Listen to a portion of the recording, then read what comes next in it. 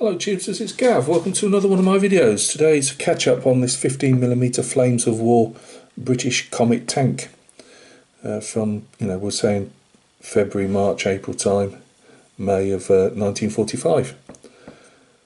I gave a bit of a description on the Comet in the last update video, or the first video on this one, so I won't go through it again. Just showing you what I'm doing. As you can see, it's been green stuffed to death. We'll go from the front first. I put a camo net on the front. I decided just to make imprints for the net itself rather than make something out like bandages or something. I thought it'd be a bit too overkill in this scale. At this time in the war, the camouflage was strips of Hessian, quite long strips, so that's what I've done.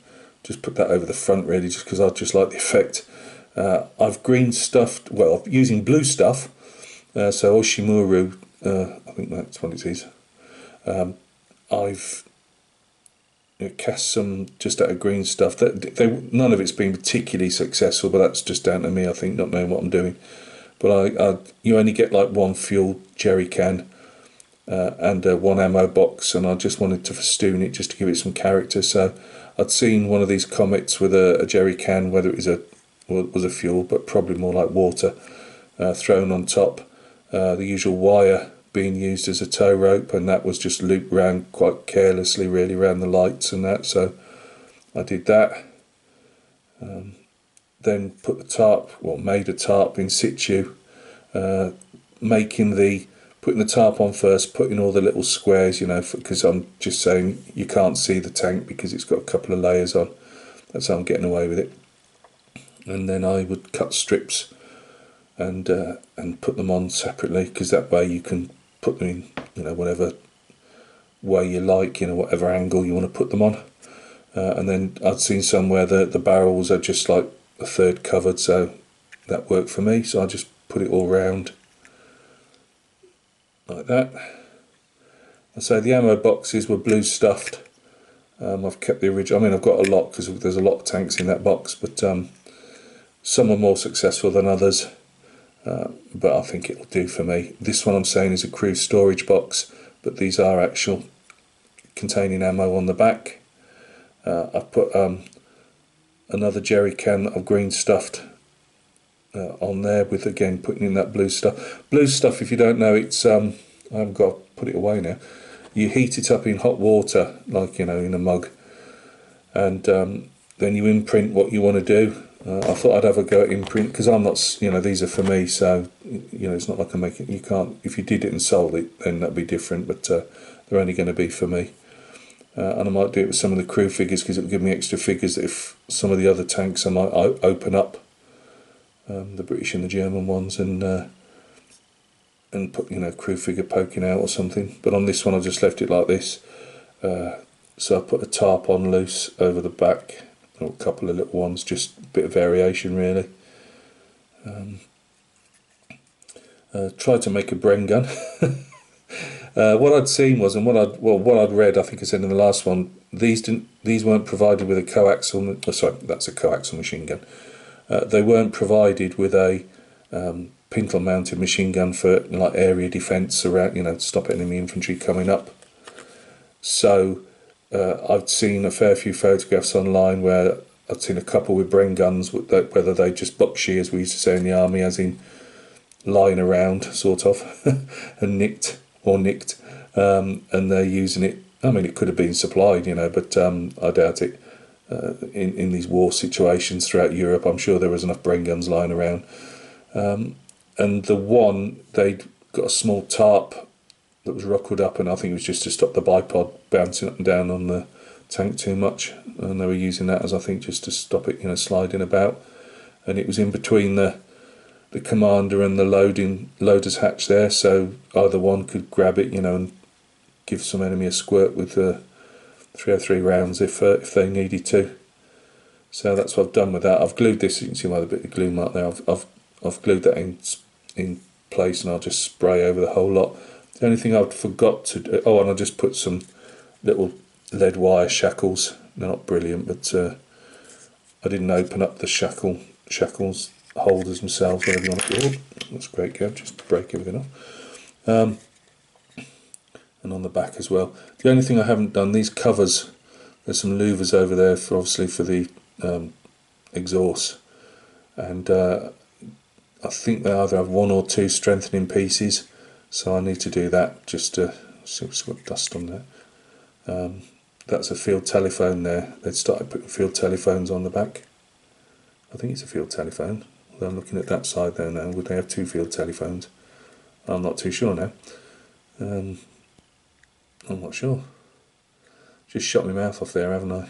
It could be a field telephone, I don't know. But yeah, and everything else is more or less as is. So that's our Comet. Always like the Comet. That's that, and I'd got a spare hour tonight, and I just started. I thought, oh, I'll fish one of the whichever came out first, and it had to be a king tiger. So I'm at the early stages with that. I'm not like the other one. I'm just going to put not the Turritov Comet again. I'm only going to have a commander in the turret. I don't know if I'm going to say this is a Berlin Tiger or I need to drill that if I can. Drill the front out. I had to drill these out as well, which is not hard. Took me Tamiya snippers and cut off, because obviously this is all, this section gets mounted onto the side. You glue it on, then you glue this section on, so it's not hard to cut off sections that you want to. And just chivied away a bit at the sides just to give it a bit of a ding, and the same on the back there.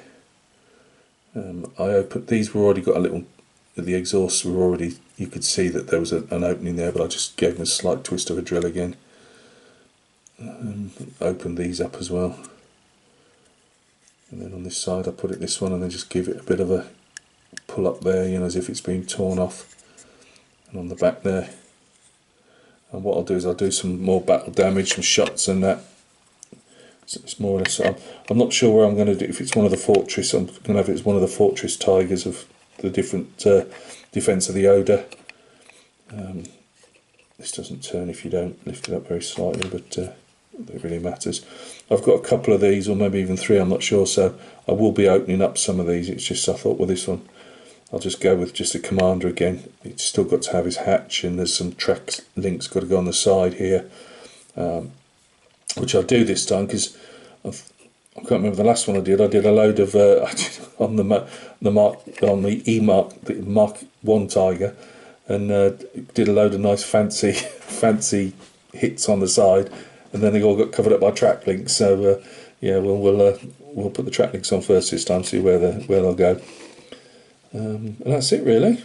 I don't think there's anything else to say. Put a small, try to just put a small slit in the light here, just, you know, like covered over. You see, like next to the Comet ain't that much, you know. I mean, yes, lengthwise there's a fair bit, and widthwise probably. All right, then it is a bit bigger. But yeah, we'll do. If I do a Berlin one, I did a one in 35 ages ago. If you remember, one of my many track failures, and I did it in a Berlin setting with they used blackout covers, you know, like curtains that were in the office buildings and the Reich, well, I don't know if it's the Reichschancellery, but you know, all around there. And there's a few photographs, and when you see them colorized, they are, and I'd read about it anyway, but they're like the blackout covers that they just used to throw over parts of the tanks just to help camouflage them really in the urban setting. I might do that, I might not, I don't know yet, but I'll just do all these differently, just as how the fancy takes me really. I say this will be a while before this one gets done. I've got that other Tiger that's all primered, so what I might do is get this one done, get the Comet done, have this one done and ready for primer and being primed, but I might go back to the other one that I wanted to do a Kharkov, small Kharkov well, not diorama really, it might be, I don't know, but like, you know, a little base anyway for Kharkov, because we've got the half track to do as well. But I think I might want to say with this Tiger, I might do a defence of the Oder type scenario. Well, in my head anyway, it don't really matter, does it? but that's what, in my head, that's what it'll be. You know, it'll be Custrian or something like that. on the, you know, on one of the fortress cities, because I had a few of these, you know, these tanks either by design or they just ended up there and get cut off. But a few of them, like at Danzig and that, were you know, in the defensive like mobile pillboxes really. So thank you very much. That's the one that was most we want to see really. A couple of photographs on the end. I did put them up on the community tab, but I might well do it, just put them on the end so people can see if they haven't been over there. So look after yourselves. Thanks for stopping by, and hopefully the next time you see this, it'll at least be painted. It might even be completed, you never know. And oh, by the way, I'd seen it was probably taken from a moving footage, but they showed a column of tanks going through some archway, and the Comet had a twin, actually had twin, you know, the Vickers K machine guns, the gas operated ones with the drum magazines on top, the SAS used, and you know, they put them on the jeeps at Arnhem and stuff like that, and they'd obviously managed to bag themselves one of them for, again, you know, like a pintle mounted defence. I just thought, you know what, I couldn't, well, it wasn't so much I could, you know, I'm only done a basic Bren gun there, I could probably have done that, and that was what my intention was, but I just couldn't see where it was mounted. I couldn't work out if it was mounted, it couldn't be mounted completely in front of the loader's hatch, because the hatch comes up at the front, and I thought, well, would it really be, well, the Bren gun, that's loose, you see, that can just be picked up and used by whoever, the commander or the loader, but these Vickers K's were on a pintle mount, and I just couldn't see where the pintle. Some of me said it was further back, because I'm not sure if this isn't supposed to be a pintle mount on the back of the, just before the bustle there where the crew keep the bits and pieces. But it seemed more at the front, and I just couldn't work out where it was. I thought surely it's not between the pair of them. But then again, I suppose you could move the turret round, you know, and fire it. Oh, I don't know. But I decided, no, we'll just go with the Bren gun. So, yeah, anyway, I'm confusing myself, never mind you lot. Look after yourselves, and we'll catch each other soon on another video.